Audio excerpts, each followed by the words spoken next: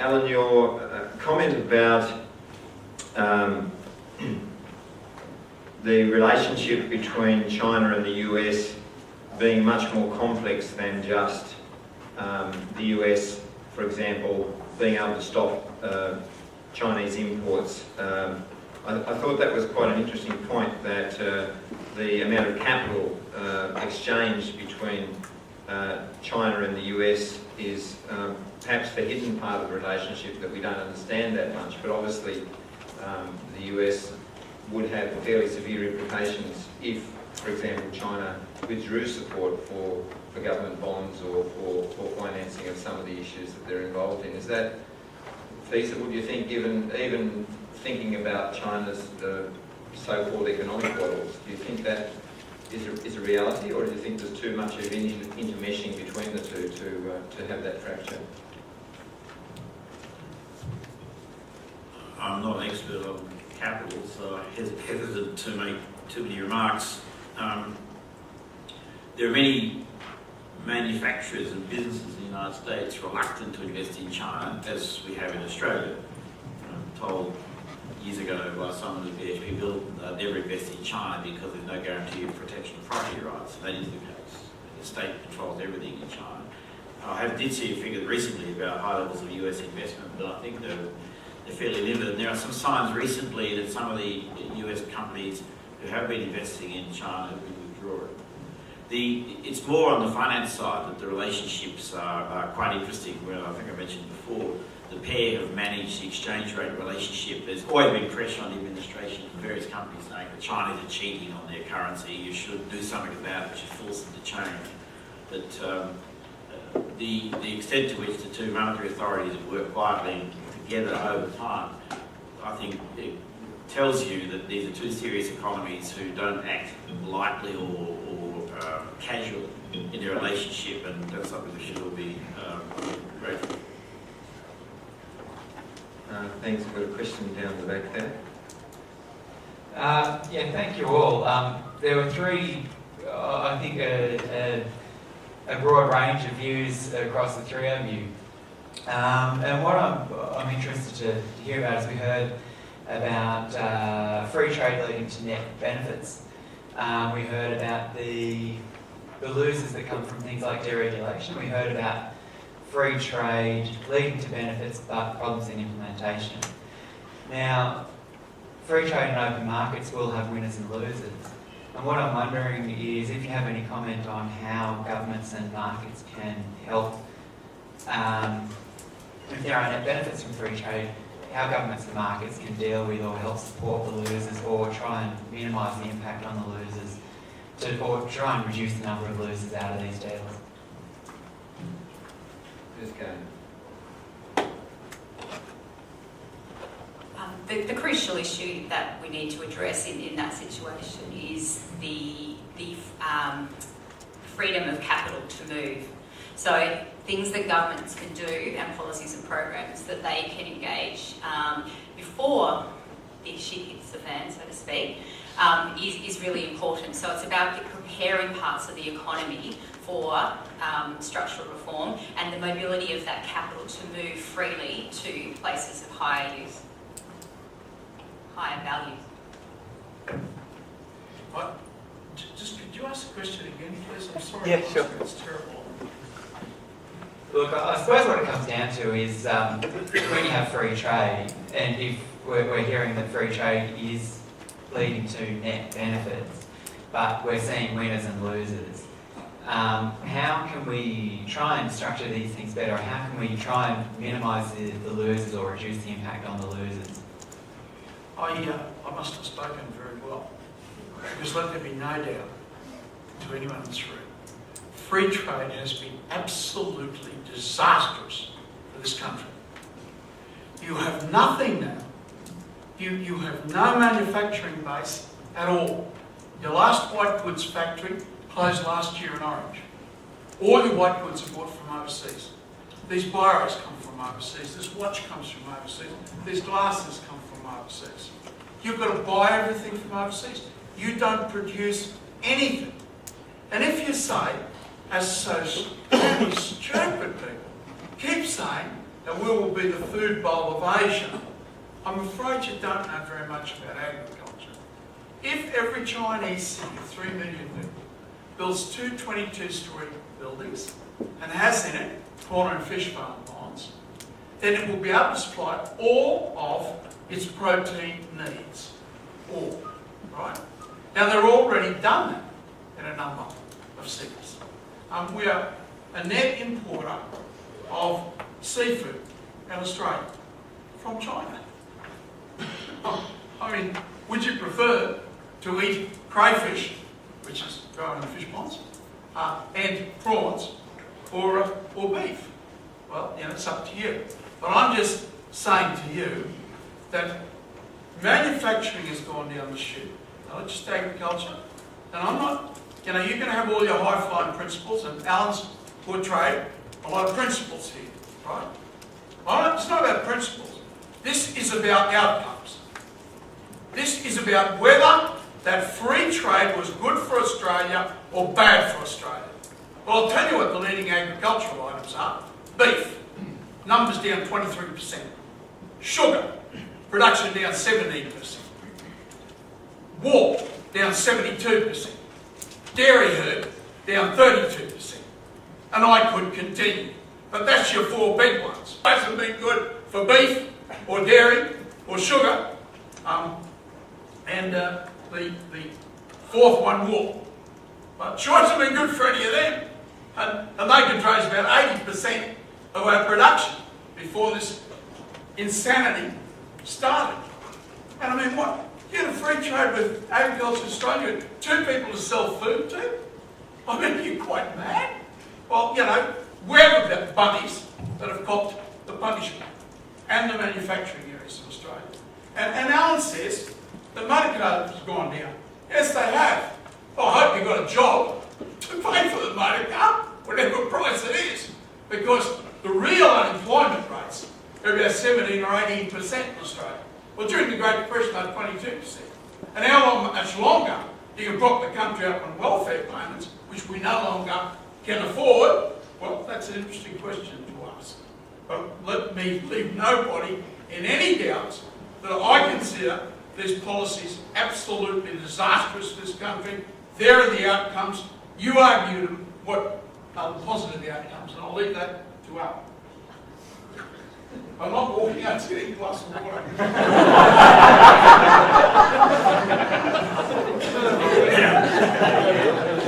Let me touch on a subject which would have been raised by Senator Xenophon had he come, and that was, do we subsidise the production of steel in South Australia or do we not? Now, the argument will be there's a lot of jobs there. Yes, there are. But the cost of that steel is huge. And in fact, the logic of all this is that we are one of the major contributors to steel production in the world because it's called iron ore. And that will continue to be the case for a long time. Well, the issue, I think, is less the particular product than the economics of the matter, and just how we use our wealth and how we accumulate it and deliver it. And we've got, I must say, the cost of protection in agriculture over a long period of time has been very high. I mean, why did Murray Goulburn fall on its face recently?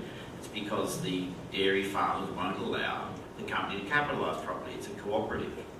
It's a model which can't allow proper development of the resources in order to build the products which are necessary to get the returns from the global dairy markets.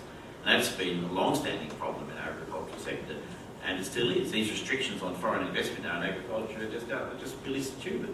We've always had foreign investment in agriculture in all the big areas. To turn around today and say we shouldn't have it is just flying in the face. If we want to export products to more sophisticated markets like China, we need our growers to be able to work with those who will be able to get distribution into the markets, who will know how to reach a huge market there. I mean, for a small farmer to try and trade into China is just nuts. Where do you start? Where do you go? How do you do it? So the scale is actually quite important. And at the end of the day, it's what gets the best return for your dollar, I think. Well, give me an example where it's profited us. Don't talk in macro paradigms. Talk in reality. Give me one single example where it has been profitable for Australia in a major industry. Iron ore, coal. Iron ore is in a disastrous situation. I mean, don't you read your newspapers? The prices dropped clean in half because we're under competition from Brazil, and they both look, well, iron ore will come up. Thermal coal is in serious long-term structural disadvantage. The thermal coal is coming, China's not producing thermal coal. They've put the power stations in Mongolia and Kazakhstan, so they don't need our thermal coal. No one ever thought they could put power stations in Mongolia and Kazakhstan, but they have. Right? But you're saying iron ore. Well, I've just told you that it's under massive attack from Brazil, and that is the reason why the world prices went down. Indonesia has zoomed past us in coal exports. Their cost structures are much lower than ours. And of course, in a free market world, then they will murder us. So you chose those two products. I thought you would choose coal seam gas, but you didn't. I hope you do. We'll go to Chris.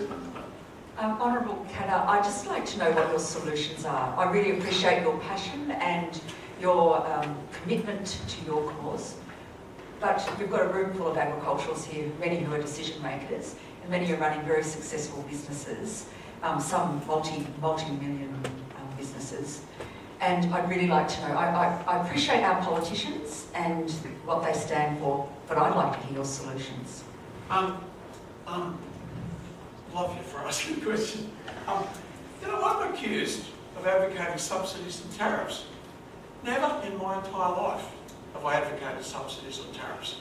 All I've asked for is a fair go, a level playing field. And it sure ain't level. And the only two people to sell food to in Australia, and that ain't level. These are the official figures, and I always bring them with me because I think a lot of people wonder whether what I'm saying is correct. That's the OECD report on agriculture throughout the world. It was done a few years ago. And it said that in the world, a farmer gets 41% of his income from government. Except if you're in Australia and New Zealand. If you're in Australia, you get 5.7% of your income from the government. Well, I mean, do you seriously think we can compete against that? Well, again, you would say, well, Katter's advocating, support from government, subsidy tariffs. No, I've never, ever advocated that. I'm saying do something about Woolworths and Coles. Give us a fair Australian dollar. Have the interest rates in line with the rest of the world, so our dollar will come in line with the interest of the rest of the world, which was 50 cents when we had a buoyant economy. It will be about 40 cents now. And Alan's argument is that we'll put the price of the motor car up. Too bloody right it will. But we will have a restoration of a motor vehicle industry in Australia. And let me just say, you've asked for the solutions. Go to ethanol. Every country on earth now has biofuels. China, India, Japan, Europe. You will not be able to buy a car next year in Europe unless it takes 20% biofuels, all ethanol, or what you will. The Americans are up about 10% now. All petrol is ethanol. It's about 60% in Brazil. So in Indonesia, about half of Indonesia is using biofuels. If you give us ethanol, on the American experience, and I look to my worthy colleague here, on the American experience, there's 13% to 16% price hike for grains. Right? With sugar, I would argue it's 23%. I do know this, that most of Brazil, about 66% of its sugarcane goes into ethanol. They get $420 a tonne. We get, because we only go to the corrupted world market, $340 a tonne. And they cross-subsidise. That's not actually in those figures. Brazil's not doing it. WTO, we're not doing it to help our farmers, which of course they are, but their argument is we have no indigenous petrol, and we have a right to have indigenous source of fuel. And WTO said, yes, you have. Their second argument, which they didn't even go to WTO, was that we have the most polluted cities on earth. Sao Paulo and Rio, the two most polluted, bigger than the population of Australia. The population of Sao Paulo and Rio is bigger than the population of Australia. We have two most polluted cities on the world. And why every country has gone to biofuels and ethanol is clean air. You die of this carcinogenic petrol, and worse still, the fine. So go to ethanol, and that fixes up 2 of your 5 big agricultural industries. That is sugarcane and grains. It also has an immense benefit for the cattle industry. The stills grain, cheap stills grain. The lot feeders are squealing blue bloody murder because if we get ethanol, they're going to pay more for their grain. And that is the proof that you get more for your grain if you've got ethanol. So ethanol fixes up 2 of your big agricultural industries. Dairy, there is no way you can avoid anything else except going to arbitration. This country decides that every worker has a right to arbitration. Well, how can the workers have a right to arbitration, which I profoundly agree with, but the farmers are not allowed to have access to arbitration? Why? Well, one set of rules for one people, another set of rules for another. You give us arbitration and fix up dairy. We go back to where we were before, which is moderate prosperity. But again, you notice no subsidies and tariffs required here.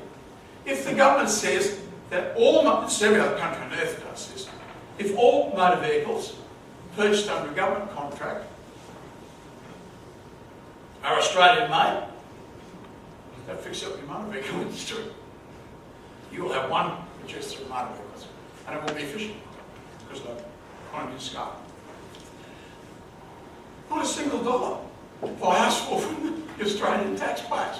Ethanol, if you say, oh yeah, but there'll be, petrol price go up, that is very handsome bloke in a big white hat filling up an Australian Holden Caprice in Sao Paulo for 74 cents a litre. I went to the northern states of America, only had ethanol there. I went to the northern states of America, I filled up for 84 cents a litre. I came back to Sydney, it was 157 cents a litre. And you say, well, why haven't we done that? And this is the ugly part. This is the ugly part. Not only is the influence of Coles and Woolworths, but the people that import the city suits here in the Tapestry Towers of Brisbane, Sydney and Melbourne, they import. So we lost our jobs, we lost our industries, so that they could become rich, importing into Australia. They do nothing for Australia. They do plenty for themselves, but nothing for Australia. And let me just conclude by saying to you that each of those items costs the taxpayers nothing. It's going to cost milk consumers, quite frankly, nothing. Because the retail price of milk, forget about that one item that Coles has cut back for 3 years out of 15, right? Just forget about that one item that says 15 retail milk items. I cut back on one of them, right? You get an average price to the farmers you were giving before. There should be no rise in the price of milk whatsoever. If they price gouge nearly 100% out of the dairy farmers, then they can give some of it back to the dairy farmers. So again, I would argue, if the ACCC is doing their job, if the ACCC is doing a job, and ACCC is doing a pretty good job at the present moment, actually, that benefit will flow where it should be flowing. But very good question, and I repeat, haven't asked the taxpayers for a single dollar. We might go to the last question. I can see that we might run out of time if we have too many more questions. Edwina. Mr. Katter, my question's for you. My name's Edwina Beveridge. I'm a pig farmer. You may not be, by mandating ethanol, you may not be costing the taxpayer, but you have just cost me an enormous amount. 70% of the cost of producing pigs is in our pig feed. We compete on our own market with imported product, and mandating ethanol would be very destructive to our industry. It's the most extraordinary question. Do you realise what our exports were in pig meat before deregulation of free markets? Do you know what they were? Yes, well, I know that. What were they? What were our exports in pork before free markets were introduced into your industry? Export of pork has always been very low. Very low. But the number of pig farmers in the country has reduced dramatically. The number of pig farmers in the country has reduced dramatically. but what we produce has stayed similar.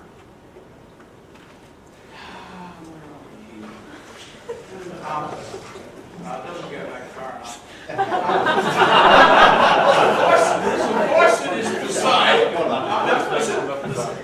Suffice it is to say that this was a pig pork exporting country prior to deregulation and the introduction of free markets. You were making so much money you could compete on the world market. By the time the free marketeers had finished with you, the imports were 270 million a year and the exports were 50 million. And this is well after deregulation, but they were still 70 million in exports and 127 million in imports. So, lady, of all the people that got it in the neck from the free market policies, you were the biggest. You were the biggest. And if you are squealing because the, grain guys are going to get a few extra quid at your expense, well, I can't make everyone happy. If you can't compete, well, I'm sorry, I'm not a person that believes you should be out there if you can't compete. These people can compete if they have a fair market. They haven't. That's why they can't compete. The only reason is because they haven't. You give them ethanol the same as every other country on earth, right? And then they'll be able to compete. And if you're restored to the sort of arrangements that we had prior to the free market coming in, then you would be actually exporting pork as we were then, instead of importing it. Over the quarantine controls. That was what was removed, and that was a free market initiative that had nothing whatsoever to do with anything else except free market overriding phytosanitary, and I can give you hundreds of examples of just that. I think we'll The first thing America went after was our phytosanitary and free trade deal. The first thing they wanted I was think no we draw stumps quarantine. there because we are eating literally very heavily into our afternoon tea session, and I'm sure this discussion can continue for quite an extended period, and we'll run out of time. So I'd ask you to thank our three speakers. Can you just